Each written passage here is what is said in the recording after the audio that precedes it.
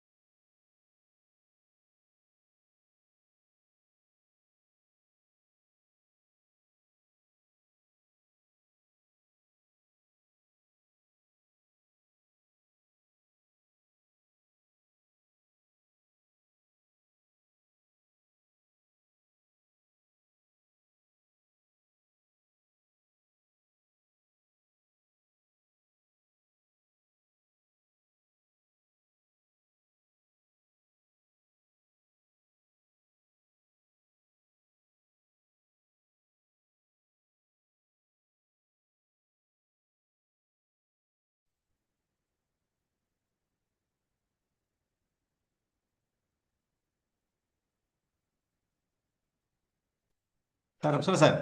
ನಮಸ್ಕಾರ. ವಾಲ್ಯೂಮ್ ಕಡಿಮೆ ಇದೆ ಸರ್ ಬಹುಶಃ. ನಂದು ಮ್ಯಾಕ್ಸಿಮಮ್ ಇದೆ. ಎಸ್ ಸರ್, ಈಗ ಓಕೆ ಸರ್. ಅಲ್ಲ ನಮ್ದು ಇದು ಜಾಸ್ತಿ ಮಾಡ್ತೀನಿ ಬಿಡಿ ನಮ್ಮ ಕಡೆ.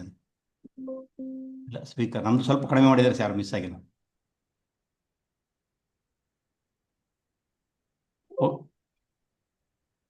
ಸರಿ ಸರ್, ನಿಮಿಷ ಸರ್, ಕೋಸ್ಟ್ ಕೊಟ್ಟಿದೆ ನೋಡ್ತೀನಿ sir.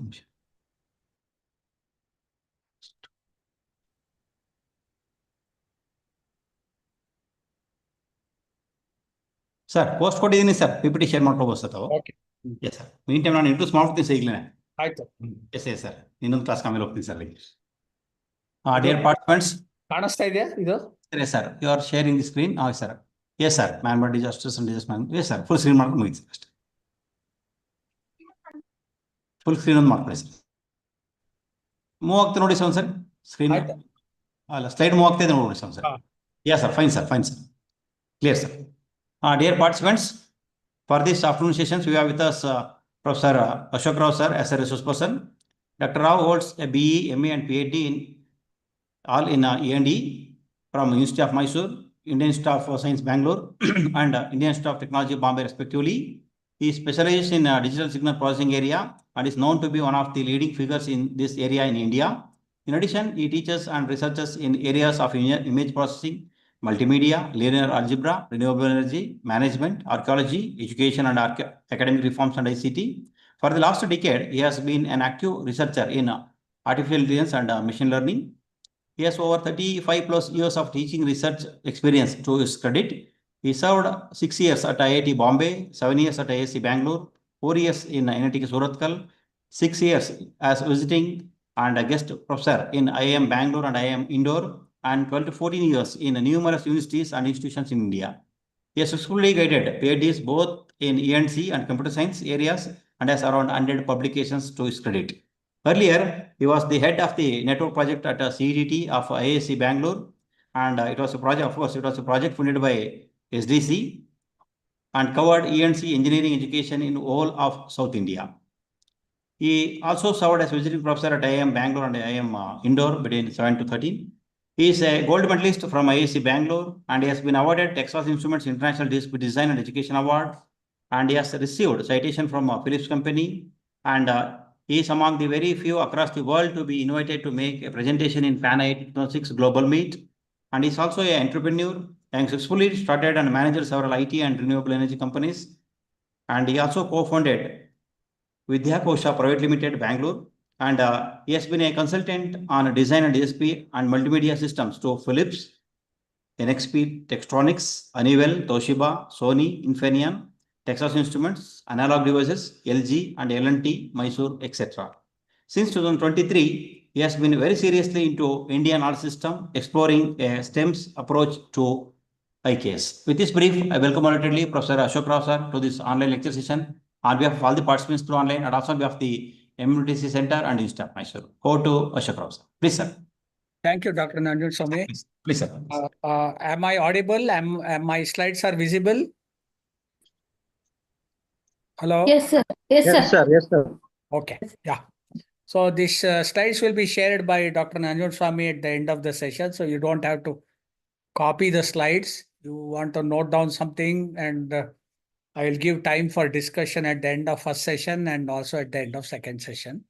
Because this is online, taking it very interactive is very difficult. Okay. So we are looking at idea of man-made disasters and how to handle or manage these disasters. All of you are familiar with something or the other regarding this. So the outline of my talk will be recent experiences of disaster, both personal and what we get from media. Then we will understand what is the idea of disaster, what does disaster mean, and the perception behind it. Subsequent to disaster, what is the consequence of that, and how does one mitigate such experiences or events? More importantly, how to be prepared. While it's almost impossible to predict what kind of thing happens, but definitely being prepared for numerous things, I think is very prudent, because in most things in life, prevention is better than cure. Okay. So while we can get prepared to many things, once in a way, even what we are prepared for doesn't happen, or what happens we are not prepared for. But generally, it's fair and interesting to be prepared, because that will solve so many issues that emerge down the line. we have to make a distinction between man-made disasters and natural disasters. Natural disasters are also sometimes termed act of God, which even with insurance is not covered.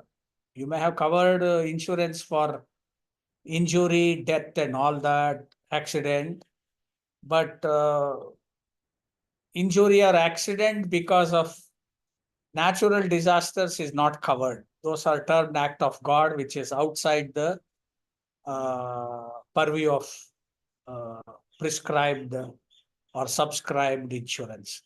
Okay. We will put special focus on man-made disasters because this is something that can easily be uh, prevented or even minimized by being alert, being disciplined, being taking safety measures and adhering to rule of law. Okay. For example, almost 70% of the accidents today, the road accidents, are preventable. It's mainly because of bad driving, bad roads, bad behavior, etc., etc. Okay, drunk driving, so many things. All these things can easily be prevented. In fact, highway accidents, a lot of them can be prevented simply because they do bad parking. They park the big trucks on the roadside without light in the back. And most of these things, accidents in the night happen like that. Okay. Since we are all in education field, the main focus will be on education field because what we now see is a disaster in education and learning. It started off long back, but it became worse during COVID. And after COVID, things seems not to have improved. In fact, it has got even worse. Okay. So that is what we will be focusing attention on because we are all in the education field and it's very important to recognize that current education in India, both at primary, middle, and more so higher education, is actually a very good example of man-made disaster. Okay. We'll also look at possible way ahead and we can't prevent, but we can look at mitigation at its best.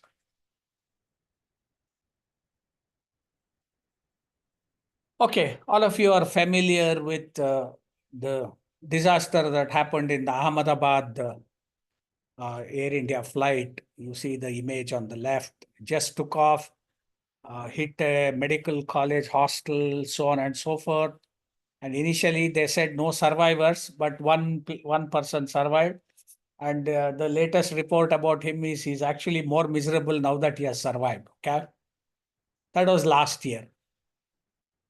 And 3 days back, we had this another man-made disaster, which is a loss of a senior pilot who was doing acrobatic flying in the Dubai Air Show, which was a Tejas aircraft, which is about as safe as any aircraft can be. But what's interesting is no investigation is complete yet. It is just getting started. Already there are people who are claiming things. This is a complete false claim saying that Indian fighter jet Tejas experiences oil leak in Dubai. So it's a complete fake news.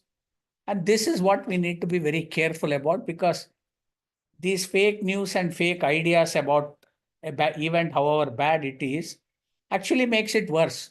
It misleads people. It creates a bad precursor to the perception that follows this. And one has to be very careful, particularly now that media is in our hands. Anybody can post anything, and I'm sure the person who has posted this may not even have left the country, forget about going to Dubai. And these are the kind of things that one has to be exceedingly careful now. So an event can be made to look either different or worse than what it is, shifting the blame or whatever it is. So one has to be very careful. Okay. So this is a disaster just 3 days back. And I'm sure there are minor disasters even in our neighborhood every day, which doesn't come to the attention because it's minor. So what are we talking about now? what we are talking about is something like this too. Last year we had unseasonal rains and high intensity rains at unanticipated places. This is in Uttarakhand, where we had a overflow of dam due to thunderstorm or cloudburst, etc. And at least now it will be good if they have enough trees in urban areas, so that when it floods, people can at least catch one of the tree trunks and hold on. Okay. These are urban areas which experiencing it. These are all significantly man-made, to the point that this is Sangli in Maharashtra, where the flooding happened because it was dam induced. Either dam overflows, or even if it overflows, there is such a large amount of rain collected, then it backs up. So these are typically not the downstream of dam, but this is upstream of dam, which has flooded the town because it's not able to handle the discharge. Okay. And the whole idea of building a dam was to prevent flooding during monsoon and regulate flow during off monsoon time. So this is the situation not just in India, all over the world. Even worse situations are there. For example, in another 2 or 3 years, the whole of Tehran city may have to be vacated because there is absolutely no water in Tehran now, even though rivers there are snow fed, which means every year you actually are almost assured of required quantity of water. That's a kind of disaster, which is a mismanagement case there. This is poorly planning. They have weather data. They know what is the storage of the dam. They also know what is the spillover of the dam. Even then, they are not able to manage it. Okay. And such things will happen every year. Be very, very clear about that.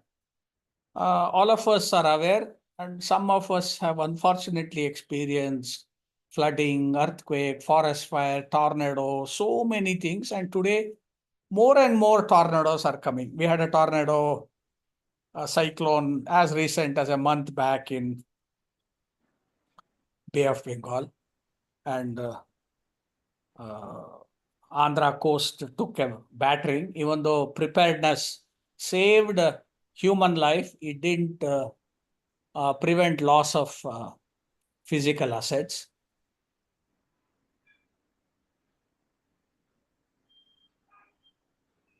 The classic thing which is well being studied is what is happening in the hilly region, which is the Joshimath now. And you can see there are seismic fault lines available. Well, this thing, and this is the consequence of landslide, which is well within a shuttle court, which means it was designed to be very safe. This is the apartment, this thing, these are the poorly built structures on poor underlying soil, and so is the road here.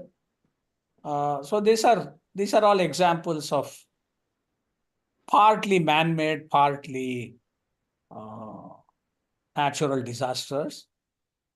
The one of the worst disasters, which now is known to be man-made, what all of us experienced is 2 years of COVID, and these are the spread of cases across India, dated 18th May 2021.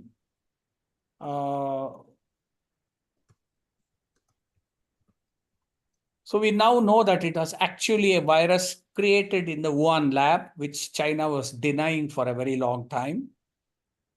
And we have not experienced a greater man-made disaster than this, because that virus was lab created. Even though they tried to pass the blame and make it look like it was naturally inherited because of a wet market of meat and things like that. The reason it was suppressed for a long time is because the main culprit for doing that was America. It was American funding asking Chinese to do such work. Okay. So now it's all come out factual, and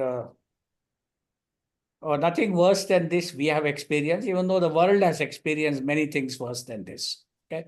But this is one of the world's worst man-made disaster in recent times, well documented and well understood. So the distinction between natural or man-made many times is not clear. Man-made disasters are made to look like natural, like what happened in COVID. Similarly, what happened in Joshimat 4 years back. That's because it's all without understanding the topography and the underlying geo structure.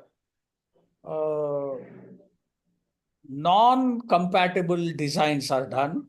For example, Japan doesn't have this much problem with earthquake and landslide, even though it's a more seismic zone, because they take very careful plans of designing buildings which are in some sense compatible with landslides and ground. Here, the kind of buildings we build in a rock solid base like Deccan Plateau, let's say the buildings that are designed to be built in Bangalore and Hyderabad, they are also the same design used in Uttarakhand and upper regions of Himalayas, where one knows very well that the underlying soil is not as it is in Deccan Plateau. It's continuously shifting. These are seismic zones. Okay.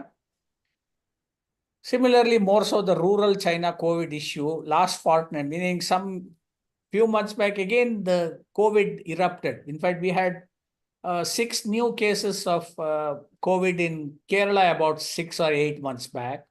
Okay. So which means the COVID virus is still around.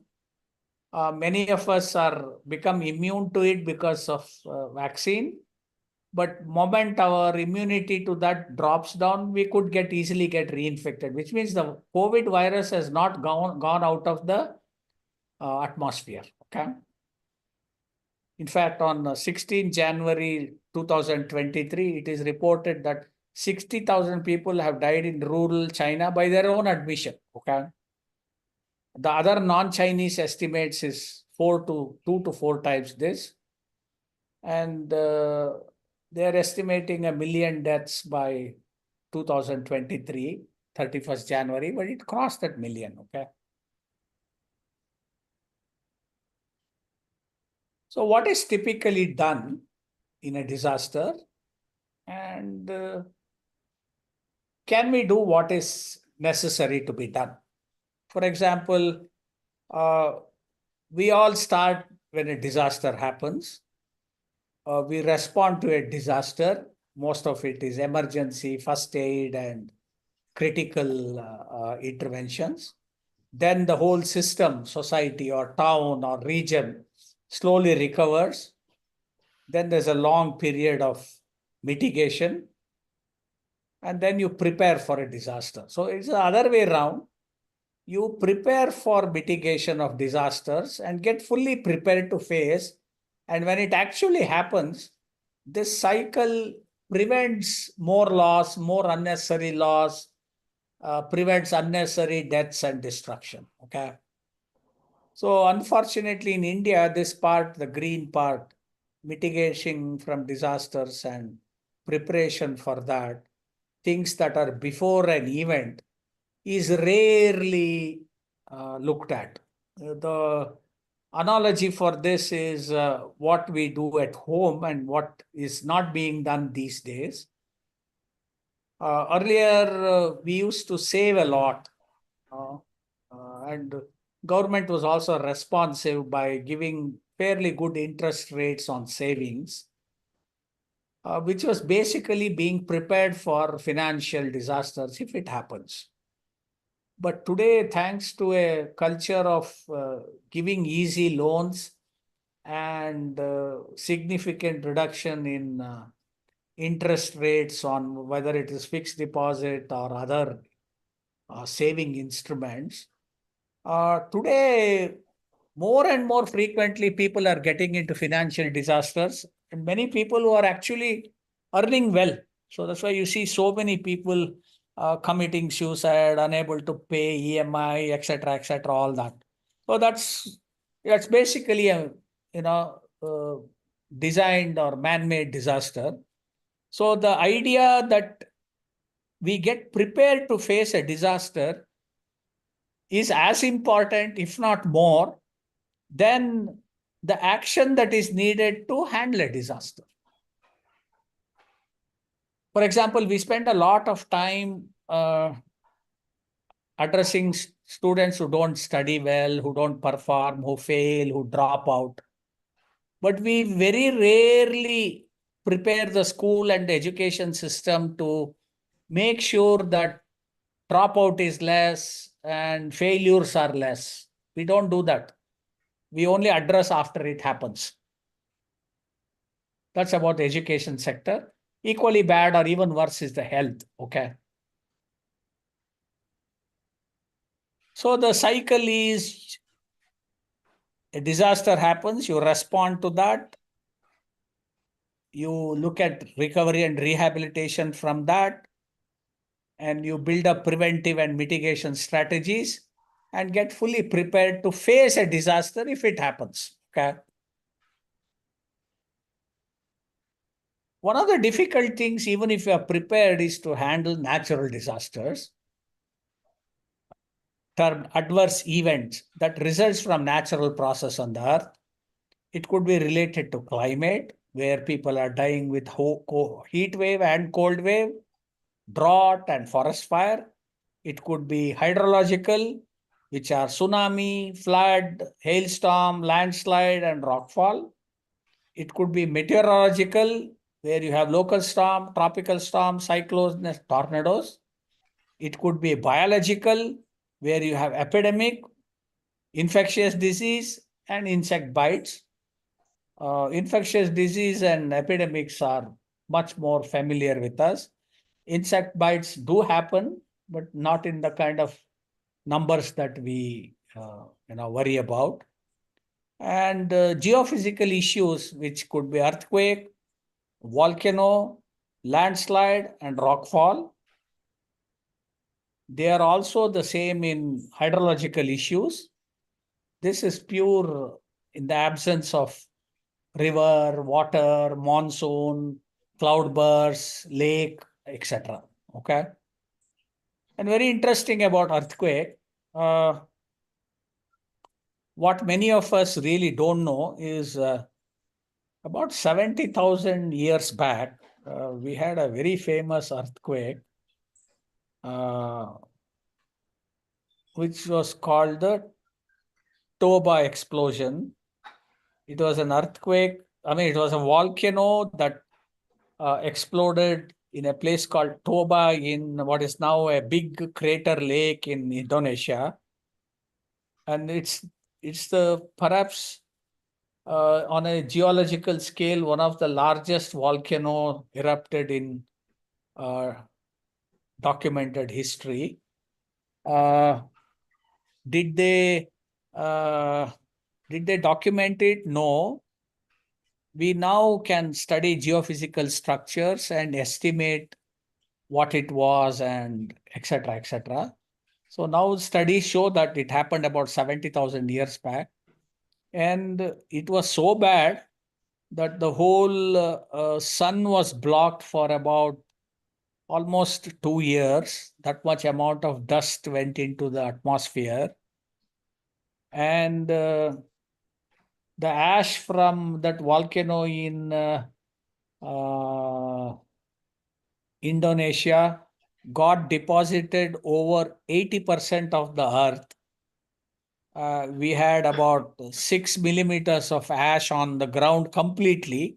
So nothing grew, even though the atmosphere slowly cleared and we had reasonable survivability sunshine in 6 months' time. Food did not grow, plants died. Because plants died, animals died, so on and so forth. You will be surprised the whole world population shrunk to between 7,000 and 10,000. That's all. Almost humans had become extinct. And there is one town even now in southern Andhra which has that ash from that small town or village. It's called Jwalapuram. Okay. And there are places even in South Africa which has this ash 70,000 years back deposited. It was deposited all over. We may, if we search, we may even find it at other places, but definitely whole of Asia, Europe, Africa was covered. And that's where almost all the human population was, because 70,000 years back, there was no human population in North America, South America, Australia, New Zealand, and Antarctica. Okay. So the only humans lived were in Eurasia and Southeast Asia and Africa, and it was impacted. Okay. So we had come very close to human extinction. And from that 7 to 10,000 population, now today we have a little over 7 billion. Okay. So that's why the scale matters. The type of disasters, you can have consequence of natural disasters. It brings food insecurity, epidemics and pandemics, and it also brings pollution, accidents. Then you have geological and other hydrological issues. For example, it's almost fully proven, but a little more research and evidence has to be picked up. Apparently, the Indus Valley civilization collapsed because the so-called Sindhu Saraswati River, particularly the Saraswati River on which the whole of Indus civilization was based, changed its course due to an earthquake. So what was flowing through Rajasthan, Gujarat, and ending up in Arabian Sea, it turned eastward towards the Gangetic Belt. And so you now have, thanks to satellite mapping, you have traces of old Saraswati River, which is a subterranean water channel available even today. Okay. So mainly we look at the natural, which is not under control, but man-made. We have flood and famine, but in America we have huge problem of forest fires, particularly in the richest part of the world, which is California. Okay? So frequently, almost every year, hundreds and thousands. This year it's been very bad. Okay? So types of disaster will not look at natural, but definitely man-made, which aeroplane we saw, lot of ships sink. Train accidents are quite common in India too. Building collapse, bridge collapse, bomb blast, and all kinds of warfare and terrorist activity, which we have also experienced very recently in Delhi. So the levels of impact because of a disaster also decides how we position it and how we respond to that. It could be one category which is most minimal, very local, maybe an individual or two. It could be one company, department, or one process. It could be multiple company, department, process, entire company location impacted during non-working hours, entire company location impacted during working hours, whole community impacted, and whole country or world impacted. These are the levels of disaster. And at individual levels, what one calls most minimal, they are also quite frequent. Even though our neighbor doesn't get affected, we get affected. So There are plenty of natural disasters happening, will happen. You could at the most be minimally and critically prepared for it, but rehabilitation, recovery, and coming up to original levels is exceedingly challenging. At the most, people will marginally recover from a disaster and move on, but getting them back to where they were is very, it's almost impossible as a rule. Okay. So as we said, there are two types, natural and man-made. And we have even more and more man-made disasters of the type which was never heard of, like industrial mishaps, gas leak, explosion, gas cylinder exploding, which is quite common. We are now laying gas pipeline everywhere in the urban area. So that is one potential future disaster incidents. And of course, we don't come across problems with coal mine and oil fields, which are also very much, in fact, frequently mishaps in coal mines are very common both in India and abroad. Forest fire, then food, water, and people dying of illicit liquor, very common in India. Okay. And terrorist activities, which is rising exponentially all over the world. We are not so much used to pollution by air and water. I mean, we are used to air and water pollution, but the new pollution is noise, which now is well documented with almost 60% of the urban people, aged citizens, are now having hearing problem. That's why you'll see so many hearing aids shops and ENT specialists looking at hearing problems now of the age. So a lot of aged people are using earphones and hearing aids, not because it is affordable, but because the average intensity of noise in urban area has increased a lot, including people listening to loud TV at home, which was not there before. Okay. And then, of course, social disasters, war, riots, hijacking, civil unrest. You would have seen in newspaper that some 300 children were kidnapped in Nigeria last week. And today morning, the newspaper says 50 of them have somehow managed to escape, which means, so this arrest and now the famous digital arrest, all that, those are all disasters, man-made disasters. How many digital arrests have happened and people have lost thousands of crores. And tomorrow when AI comes, more such things will happen. Okay. Every technological advancement only induces new types of disasters.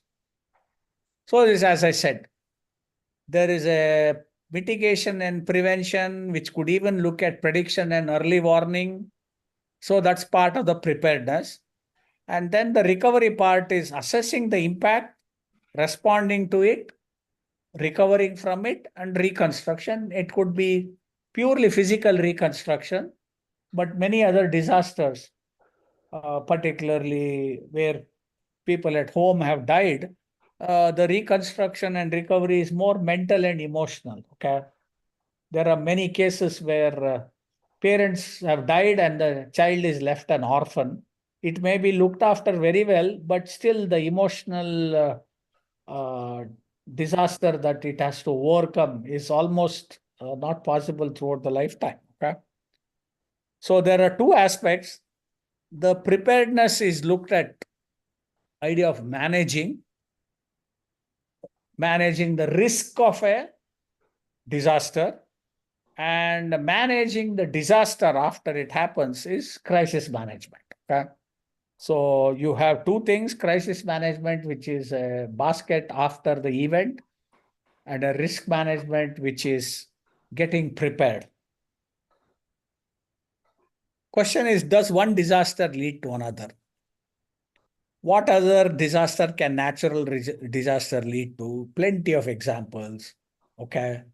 For example, a school building is washed out, natural disaster. No teacher or child died, but the school building got washed out, or an earthquake, it fell off, which means many of these disasters are rarely isolated.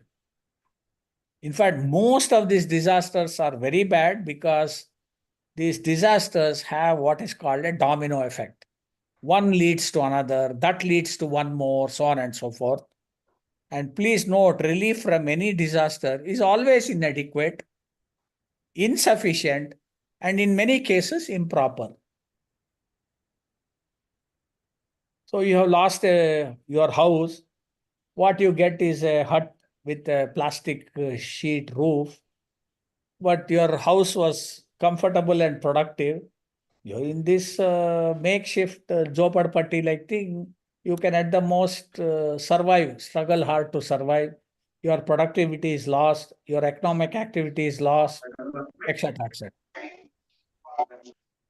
So what was or is COVID-19? COVID-19 is now clearly declared a man-made disaster on a global scale, something humanity had not experienced, hopefully will not experience, but very unlikely it will experience worse things in future. But that has led to a domino effect of... Compared to all these things, all the four categories, we should apply three types of methodology. Okay. First one is called as bibliometric. Okay, bibliometric. There, we consider the quantitative data and the qualitative data of a publication and we analyze and differ. That is what we call it as a bibliometric. Second one is meta-analysis. Okay, meta-analysis. What do you mean by meta-analysis? We collect only the numerical information which is available in the research publications, analyze that particular publication, and we say this is what this particular literature review says. So, okay, that is what we can somebody stop this? Okay, I'm very sure in this particular part, everyone agree. Publications doesn't contain only the numericals. Who is that who is switched on these things? What author wants to say, right? Okay, so what we will do, we use thematic analysis and other things to see that qualitative information and convert into a quantitative and kind of and synthesize the information what exactly they want. Who is the most productive author in this particular domain? Hello? How this particular publication? Who is this Nishtita? Utter garbage that is.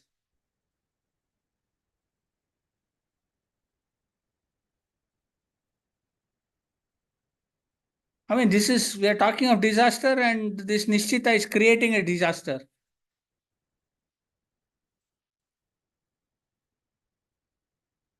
You may have an iPhone, I don't care, but this is utter nonsense.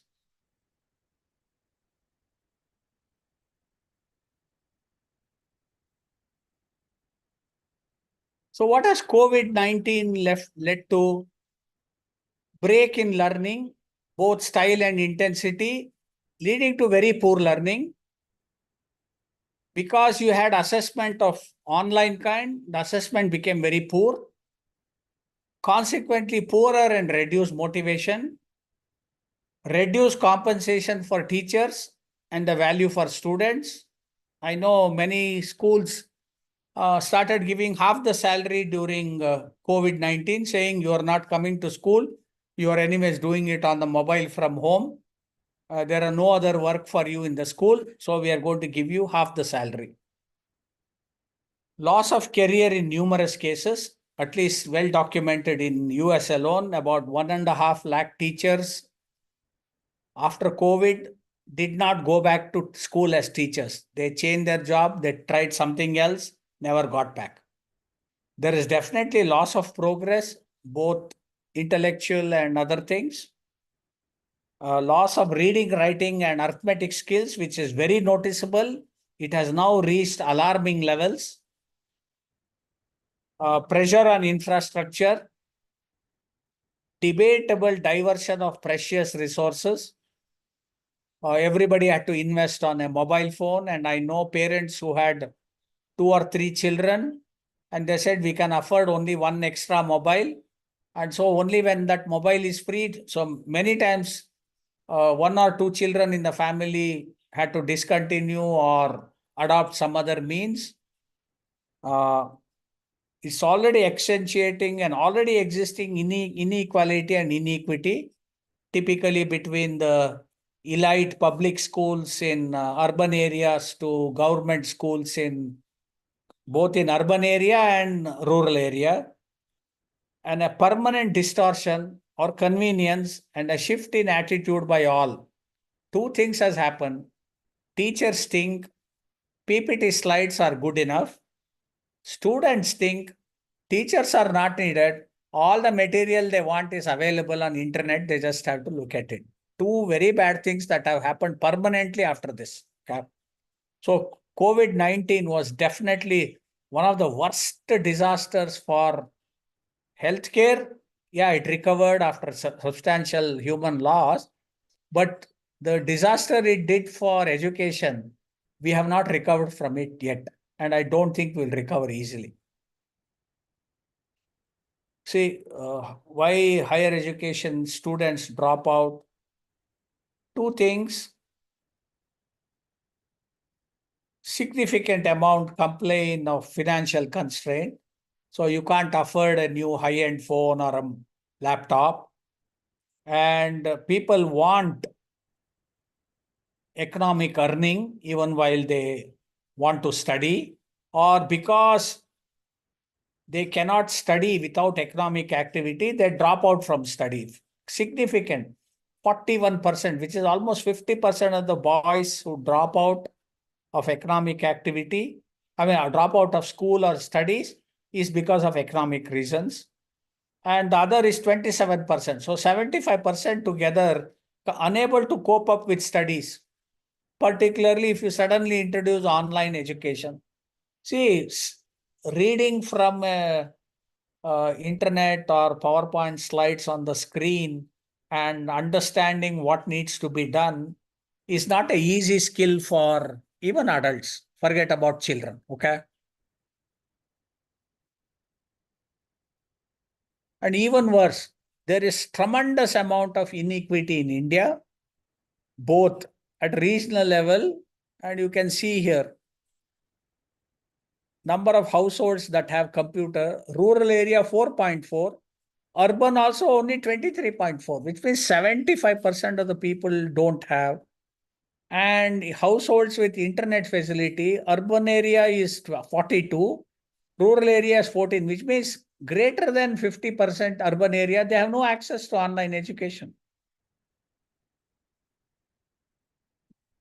Persons of age 5 who and above who can operate a computer in urban area, can use internet, etc., etc. Almost everywhere it is less than 50%. When you take the national average, you will get about between 20 to 30% which have computers, which have internet access, can use the computer, can log into internet and so this is really what is relatively Karnataka and other places are better. But look at Jharkhand, 1.3% in rural, 15.6 in urban. Bihar also, 2.7 in rural, Assam 3.7. Andhra Pradesh, rural is 1.5.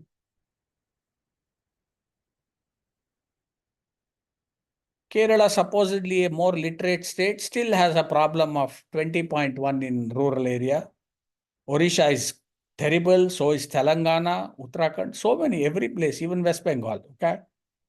So, what it means is, these statistics indicate that India, like rest of the world, more so India, with a large population, but too a significantly large population, was not at all prepared for online education.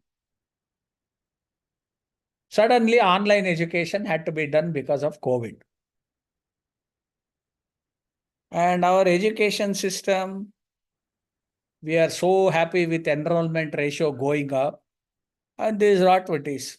It is an assembly production, assembly line.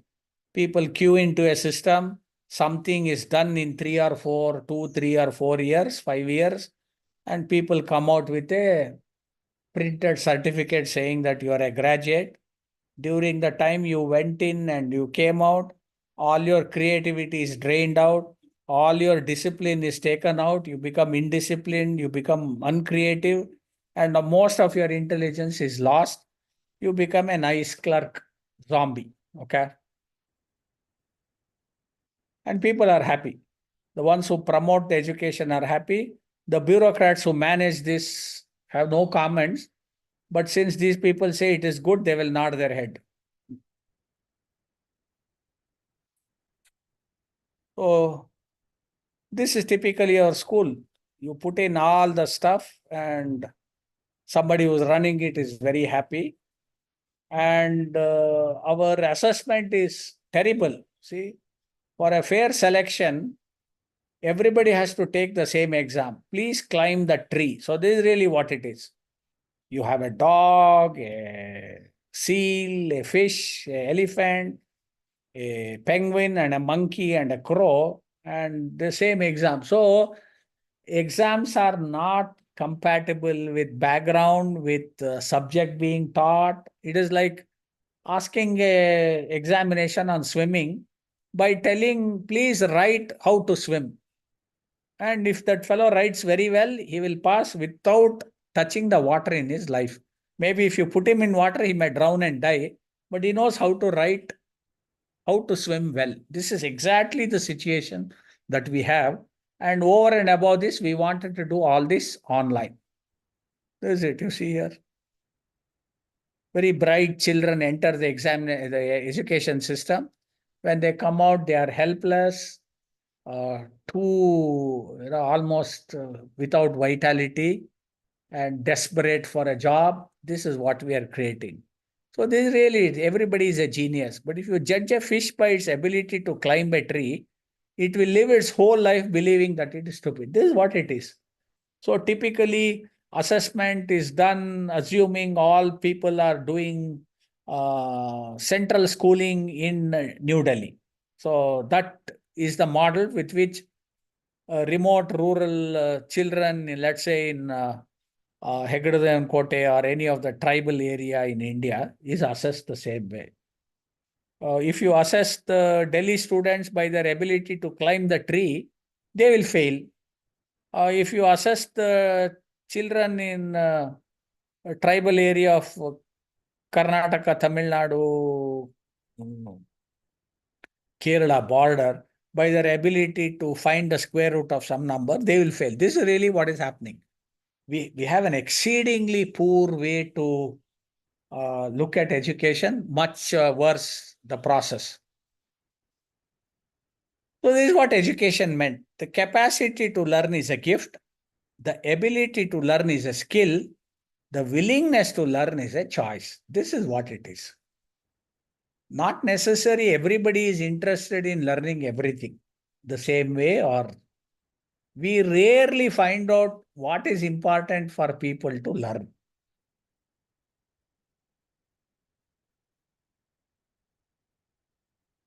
Teachers open the door, but you must enter by yourself. So that willingness to learn and effort to learn is a self-effort.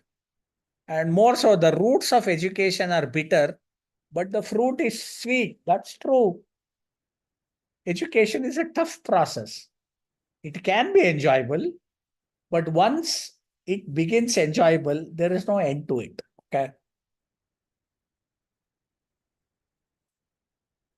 A well-educated mind will always have more questions than answers. In Indian system, more so in online education, there was no way you could ask questions. Okay. Education is the best friend. An educated person is respected everywhere. Education beats the beauty and youth, both in time and space. The man who does not read books has no advantage over the one who cannot read them. So Online made sure that nobody will read a book. Nobody, in fact, indirectly saying nobody needs to read a book. And education is the most powerful weapon which you can use to change the world. That's really what, at least change oneself, if not the world. Now, is this how we see the education? Teacher has a relatively comfortable time. The student is burdened both with academics in the economy of it, and the people who run particularly the private enterprises are exceedingly busy draining out. You can see now so many private universities, all of which are equally bad, and some are terrible. Okay, some are so bad they are not education systems, but they are a den of antisocial elements. And we had recent experiences of a medical university doing this in India.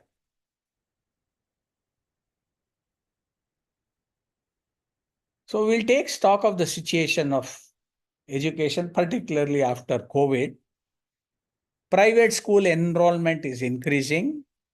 School infrastructure is getting better. People to teacher ratio and student to classroom ratio is declining.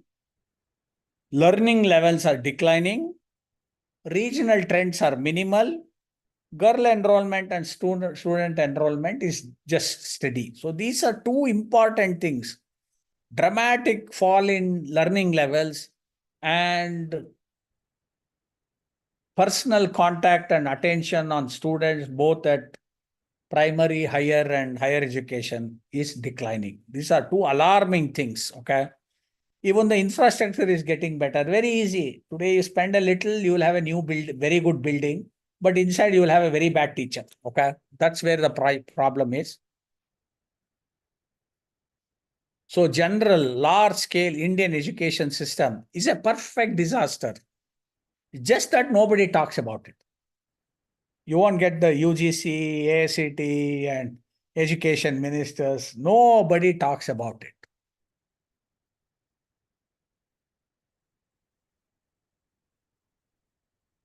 One of the reasons why it's a disaster is that we have very low priority for education.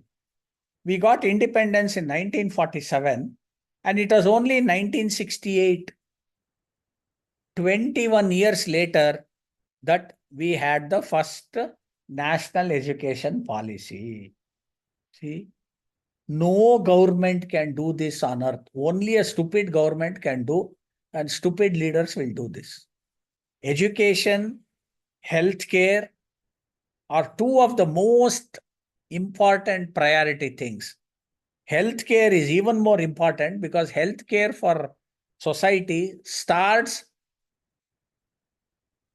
2 to 3 years before a child is born. Before a child is born, the healthcare issues start because we want to know whether the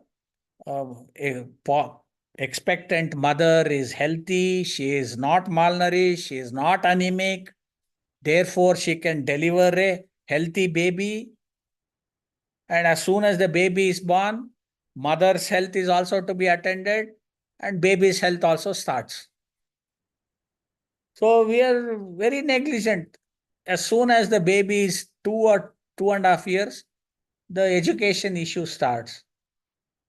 Which means as a nation, we were simply not bothered. And because we started very late, did we learn from that? No. After 1968, the next education policy was 1986, almost 20 years later, 18 years.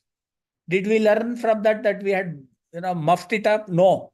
It took another 24 years for somebody to wake up and say, oh, we need a policy for the country because we don't know what we want from our education or what education we want to give to our children. Whereas in Europe, particularly Northern Europe, Scandinavian countries, education policy for a country is revised every 2 years. They did that just after COVID, when a lot of online education started. 2 years back, Sweden Parliament passed a bill saying no screen for children up to class 10.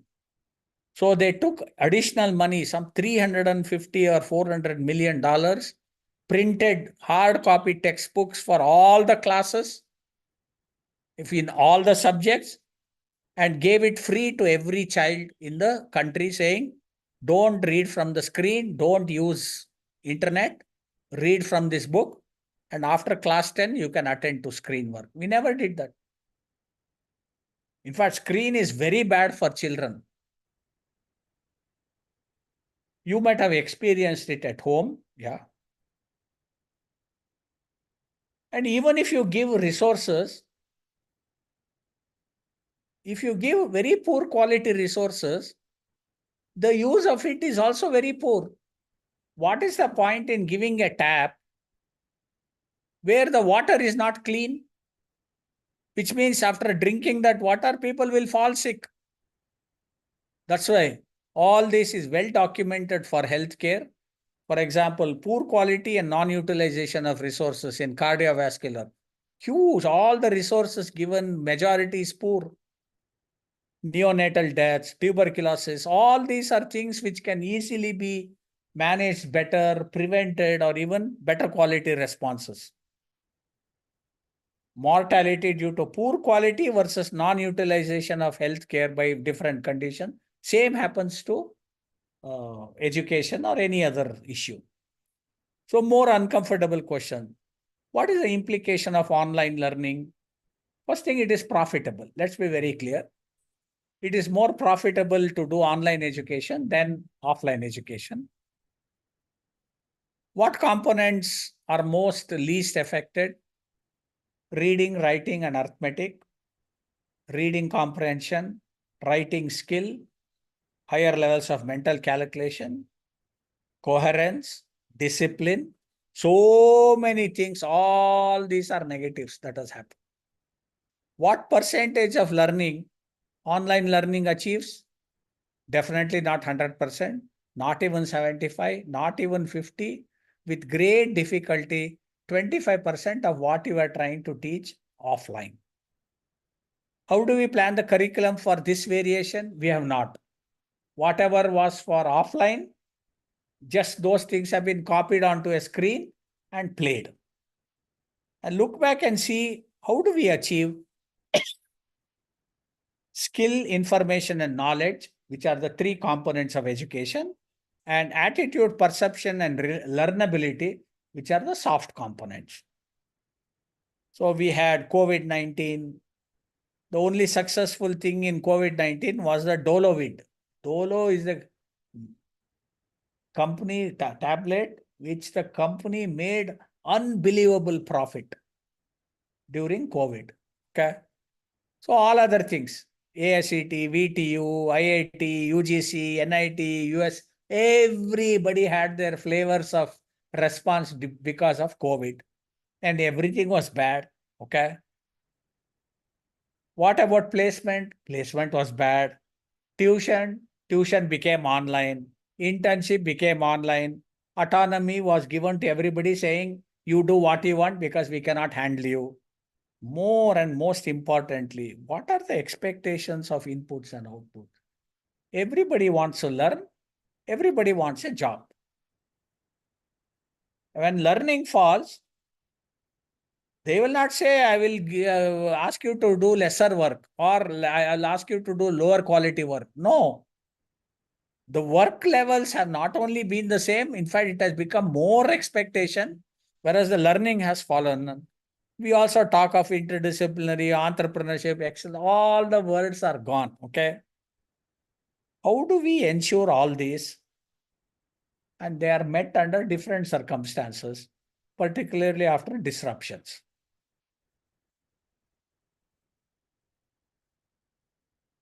We can do well. We can actually improve the education if we want, but where do we start?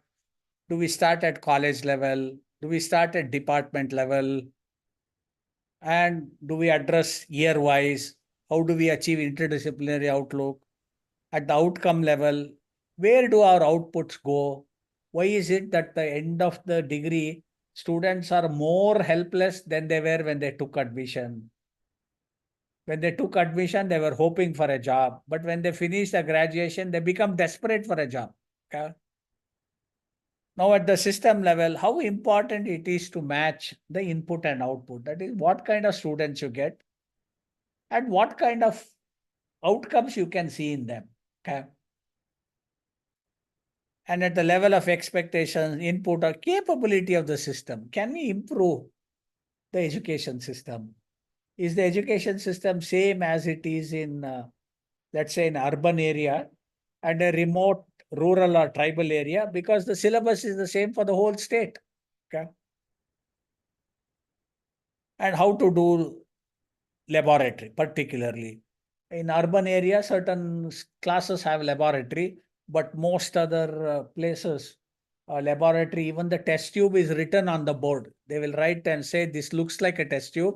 It will be made of glass, etc. But children have never seen a test tube in their life. Okay. So what about robustness? Do you have a plan B to work when things fail? Is it reliable? And do you ensure quality? Okay. How do we do that? Those are the questions to be asked. And you can see where we have been misled. We have been misled very badly. What we were doing after COVID was crisis mode distance learning. That is distance learning because of crisis. This is the in-person actual learning, compromised as blended learning, then distance learning, then crisis distance learning. This said, in fact, replacing in-person learning was done by this.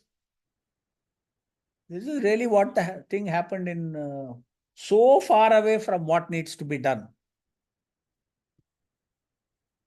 Okay, so I will now give time for questions and answers, discussion items, because you may have something to share about other kinds of disasters, more aspects of education, which is in disaster, but it had a bigger disaster due to COVID and now so many other things. Online learning at best is a supplement, not a substitute. Be very clear. It can never be a substitute. Even the best teacher in the world can at the most be a supplement to what you do in the class, not a substitute. COVID-19 has not only exposed poor quality healthcare system the world over and more so in India, but also accentuated an already failing education system. It has brought out all the fracture lines which have been glossed over since our independence, including poor way to, I mean, just see how, whatever it is, even in the past it has been worse. I mean, just about 7-8 years back, the HRD department, Ministry of HRD, which had education under it, please remember, they had merged education with HRD. Only in last 2 years, they are separated. They made education separate department, ministry, because education is too important. It can't be part of HRD. And who was the HRD minister? The HRD minister was a lady who was famous as a TV artist. Smriti Irani. So you can clearly see what is the government priority. The same here at state level everywhere. In fact, the previous government, I know very well, we had an education minister who was 7th standard pass. He himself told, I don't want education portfolio. They forced him. He said, you should be education minister. This is the way it is going. This is how the administration and bureaucracy treats education. Whereas you as teachers and more so as parents at home, you are so worried as to what is happening to your students in the class or the children at home. Okay. Inequity, inequality, poor delivery, poor empowerment, and fragile infrastructure. Many times we know people has go out of the village, climb a tree so that they can receive internet signals. It has happened, mobile internet signals.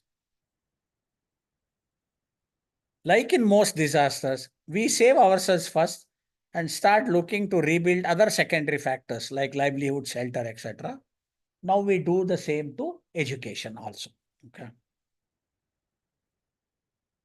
So some change has happened, an attempted change, even though there are a lot of limitations of that. NEP 2020 is not an answer, but a beginning, because time to change our outdated Indian education system. It is long outdated. So now you'll see why so many bad students in our colleges do very well when they go to America or other places. Not that they are bad. The education system is so bad here. Every talented student or student who thinks differently will not perform well. Only a student who thinks stupidly will do well. Okay. Like taking tuitions and vomiting back the same answers. They will do very well. Okay. So this is something we need to think about seriously, because our challenges of the future is enormous based on education. Okay.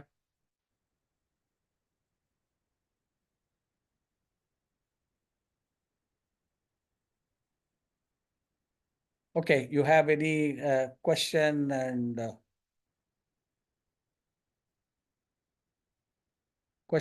comments, and we can interact.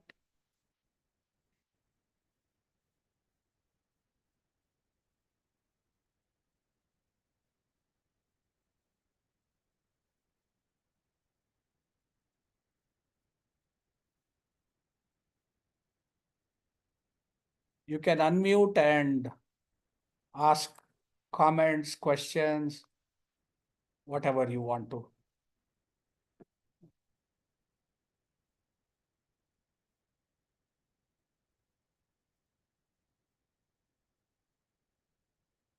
Yeah, you can unmute and ask questions, comments.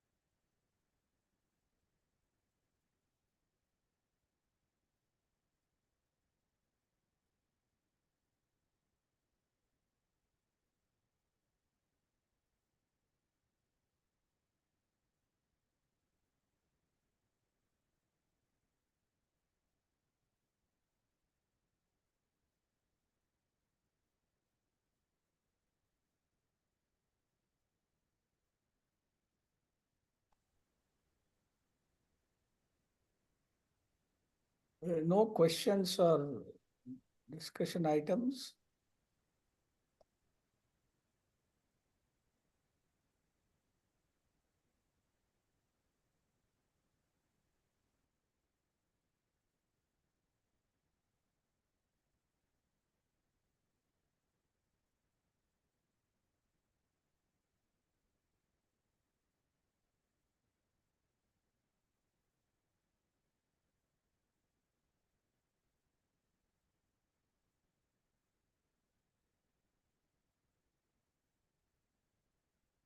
So if you find it difficult to unmute and ask, you can put it in the chat box. Yeah.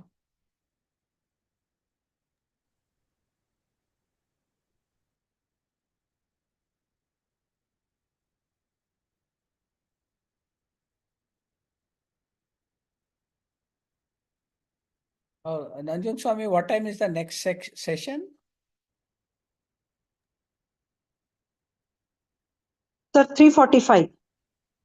3:45. So I can break at 3:15, is it, or 3:30? 3:15, sir. Okay, so we have another 5 minutes.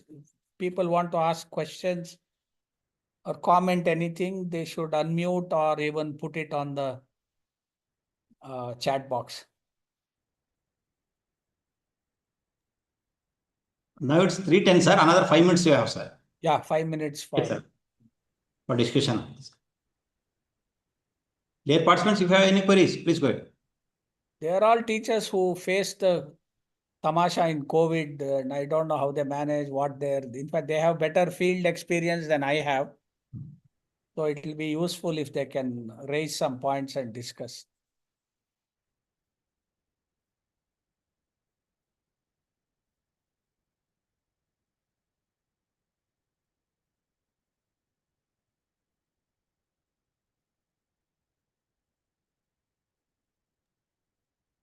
Okay, sir. If there are no discussions, let them Yeah. have tea break, sir. Yeah, we'll start Dear at, participants, please join the link at 3:40 so that. yeah, 3:40, let them join. Yes. Okay, sir. Okay, thank you.